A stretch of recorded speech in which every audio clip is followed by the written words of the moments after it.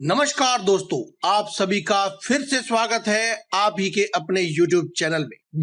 पितृपक्ष यानी पितरों की पूजा का पक्ष, श्राद्ध पक्ष हर साल अश्विन मास की कृष्ण पक्ष की प्रतिपदा तिथि से शुरू होकर अश्विन मास की कृष्ण पक्ष की अमावस्या तिथि तक रहते हैं। पितृपक्ष पितरों का ध्यान और तर्पण विधि की जाती है, जिसकी वजह से हम दुनिया में हैं उनको याद किया जाता है। गरुड़ पुराण में बताया गया है कि पितृगण देवगणों के समान ही आशीर्वाद और शाप देने की क्षमता रखते हैं। इनकी प्रसन्नता से परिवार में उन्नति और सफलता आती है और नाराजगी से परिवार में कोई ना कोई परेशानी हमेशा ही बनी रहती है। पूर्णिमा के दिन अगस्त मुनि का तर्पण करके उनको जल दिया जाता है और इसके बाद प्रतिपदा तिथि यानी कि अश्विन मास की कृष्ण पक्ष की पहली तिथि पितरों को जल दिया जाएगा। इसमें किसी भी पक्ष में जिस तिथि को व्यक्ति की मृत्यु हुई हो उनके नाम से श्राद्ध और ब्राह्मण को भोजन करवाया जाता है, जबकि पूरे पक्ष में उनके नाम का जल अर्पण किया जाता है।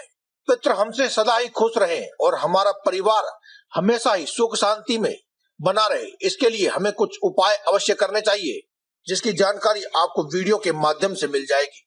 दोस्तों, पितृ पक्ष में किए गए कार्यों से आपके पितरों का आशीर्वाद सदा ही आपको प्राप्त होता है। ऐसा माना जाता है कि पितृ पक्ष में पितृ प्रसन्न होते हैं तो जीवन में आने वाली सभी बाधाएं दूर हो जाती हैं। लेकिन जब पितृ नाराज होते हैं तो कई प्रकार की परेशानियों का सामना भी आपको करना पड़ता है। जीवन में इस तरह के लक्षण अगर आपको दिखाई दे तो समझ लेना चाहिए कि आपके पितृ आपसे नाराज है। दोस्तों, अगर आपकी जमा पूंजी धीरे धीरे नष्ट होने लगी है, घर में तनाव और कलह का माहौल बना रहता है और घर के सदस्यों में हमेशा ही वाद विवाद की स्थिति बनी रहती है, तो आपको समझ लेना चाहिए कि आपके पितृ आपसे रुष्ट हैं। वहीं अगर घर के बड़े सदस्यों के सम्मान में कमी आने लगती है, रोगों से आपको छुटकारा नहीं मिलता है, जॉब या फिर आपका व्यापार में परेशानी बनी रहती है, कर्ज की स्थिति बनी हुई है, मानसिक तनाव और अज्ञात भय की स्थिति आपके साथ है, तो आपको ये अवश्य ही मान लेना चाहिए कि आपके पितृ आपसे रुष्ट हैं। इसके अलावा दोस्तों, अगर आप कुछ उपाय पितृ पक्ष के दौरान करते हैं तो आपके पितृ आपसे प्रसन्न होते हैं और पितृ आशीर्वाद से आपके जीवन के सभी कार्य बनने लगते हैं, हर प्रकार की परेशानियां दूर होने लगती हैं। आइए जानते हैं कि आपको कौन से वे उपाय हैं जो कर लेने चाहिए, जिसकी वजह से आपके पितृ जो आपसे रुष्ट हो चुके हैं वे भी आपके ऊपर आशीर्वाद देने लगेंगे। दोस्तों, झाड़ू को साक्षात माँ लक्ष्मी का ही रूप कहा जाता है और झाड़ू के प्रयोग को आपके भाग्य से जोड़कर देखा जाता है। आमतौर पर सभी के घरों में झाड़ू पाई जाती है। जिस प्रकार से घर में आने वाली गंदगी को आमतौर पर घर में झाड़ू लगाकर घर से बाहर कर दिया जाता है, वहीं पर अगर आप कुछ खास उपाय करते हैं, कुछ खास बातों का ध्यान रखते हैं और कुछ नियमों का पालन करते हैं, तो आप अपने जीवन में आने वाली निर्धनता, गरीबी और दरिद्रता को भी इस झाड़ू के माध्यम से अपने जीवन से बाहर कर सकते हैं। माना जाता है कि झाड़ू के कुछ खास और छोटे छोटे उपाय कर लेने से ही आपके घर में और आपके जीवन में कभी भी सुख और ऐश्वर्य की कमी नहीं रहती है। शास्त्रों में वर्णित है कि जिस घर के कोने कोने की सफाई होती है उस घर में सदा ही लक्ष्मी वास करती है और घर के सभी वास्तु दोष मिट करके घर में हमेशा खुशी भरा सकारात्मक वातावरण बना रहता है। दोस्तों, वैसे तो झाड़ू लगाने के ढेरों नियम होते हैं, अगर आप उन सभी का पालन करते हैं तो आपको माता लक्ष्मी की कृपा तो मिलती ही है, लेकिन किसी भी कारण से अगर आप उन सभी नियमों का पालन नहीं भी कर पाते हैं तो कोई बात नहीं। आज की इस वीडियो में हम आपको झाड़ू के नीचे एक ऐसी क्या खास चीज है जिसे रखने से माता लक्ष्मी की कृपा आपके ऊपर बरसने लगेगी, उसके बारे में बात करने वाले हैं। वह कौन सी चीज है या वह कौन सी वस्तु है जिसे अगर आप अपने घर में रात्रि के समय झाड़ू के नीचे दबा कर रख देते हैं तो माता लक्ष्मी की ऐसी अनुकंपा होती है कि आपके जीवन में धन की कोई कमी ही नहीं रहती है।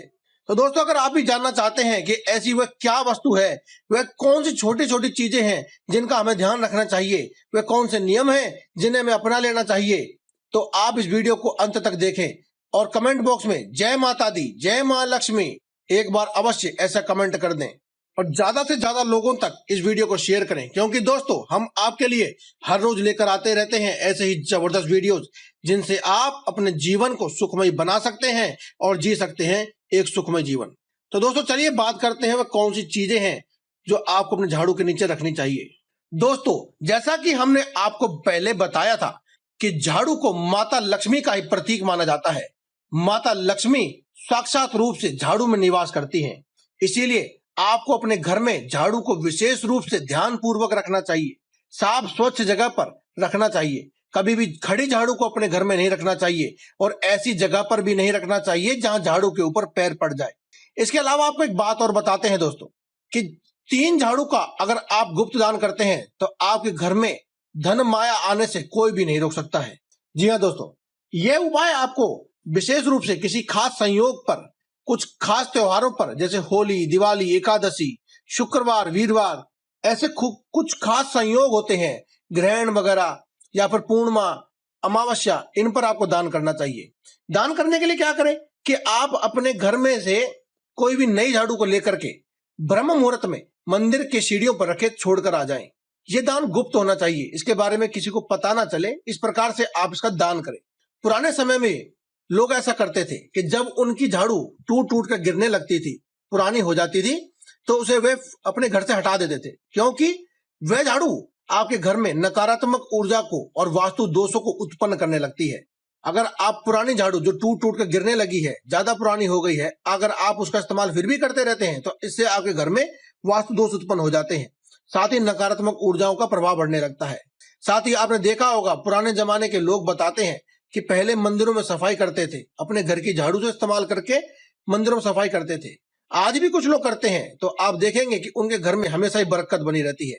इसीलिए आप भी गुप्त दान करें झाड़ू का, और साथ ही मंदिर में अवश्य दान करें और मंदिर में साफ सफाई करें, और साथ ही अपनी झाड़ू को जो टूट टूट कर गिरने लगी है, पुरानी हो गई है, उसे आप उठा करके प्रवाहित कर दें, अपने घर से निकाल दें, ताकि वह आपके घर में किसी भी प्रकार का वास्तु दोष उत्पन्न ना करे। इसके अलावा दोस्तों एक नियम आप अपने जीवन में अपना लें, ताकि आपके घर में कभी भी किसी प्रकार की धन हानि बिल्कुल भी ना हो, वह अन्य प्रकार की समस्याएं भी उत्पन्न ना हो। आप ये इस बात का खास ध्यान रखें कि जब भी आप अपने घर में पोछा लगाएं, झाड़ू लगाएं और पोछा लगाएं, तो आप खास ध्यान रखें कि पोछा लगाने वाले पानी में थोड़ा सा नमक या फिर फिटकरी अवश्य मिला लें।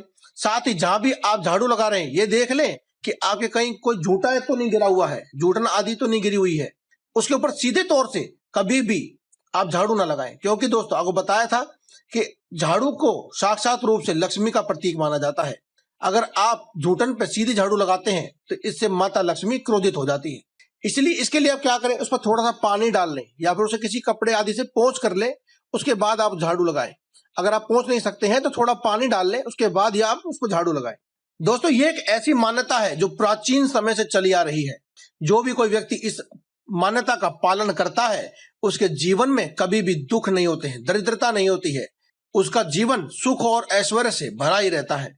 दोस्तों इसके अलावा अगर आप चाहते हैं कि आपके घर में माता लक्ष्मी प्रवेश करें और स्थायी निवास करें, वे आपके घर में हमेशा के लिए स्थिर हो जाएं, तो इसके लिए आप क्या करें कि आप जब भी नई झाड़ू लेकर आए अपने घर में, तो उसको लाते ही सीधे रूप से अपने घर में इस्तेमाल करना शुरू ना करें, बल्कि आप जब उसको लेकर आए तो उसके हैंडल पर आप कोई भी सफेद रंग का धागा या फिर जो कलावा होता है या मोली जिसे कहते हैं, जो हवन आदि कोई पूजा करते वक्त अपने हाथ पर हम बांधते हैं, उसे आप झाड़ू की हैंडल पर बांध दें। ऐसा करने से माता लक्ष्मी सदैव आपके घर में स्थिर और स्थायी वास करने लगती है। इसके अलावा जब भी आप अपनी घर में झाड़ू का इस्तेमाल करें, उससे पहले आप पहली बार इस्तेमाल करने से पहले एक बार झाड़ू को साफ पानी से धो करके उसे सुखा लें और उसके बाद ही आप इसे इस्तेमाल करें। दोस्तों अब आपको बताते हैं एक विशेष प्रयोग, यानी कि झाड़ू के नीचे आपको क्या रखना है उस प्रयोग के बारे में। इस प्रयोग को आप खास तौर प्रकार से आप अपना लें और इसे प्रतिदिन करें, आपको बहुत ही लाभ मिलेगा। दोस्तों आपको करना क्या है कि आप जब रात्रि को खाना वाना खा करके निवृत्त हो जाएं, तब उसके बाद सोने से पहले आप अपने घर के मुख्य दरवाजे के पास, यानी कि घर के अंदर से घर के मुख्य दरवाजे के पास झाड़ू को लिटा कर रख दें। ये तो आपको पता ही है कि झाड़ू को कभी भी खड़ा नहीं रखते हैं, झाड़ू को हमेशा ही लिटा करके रखते हैं। तो आप झाड़ू को लिटा करके रख दें और झाड़ू के नीचे आप 4-5 दाने जीरे के डाल दें। जी हाँ दोस्तों, जीरा तो हर किसी के घर में प्राप्त होता ही है, हर किसी के पास होता है।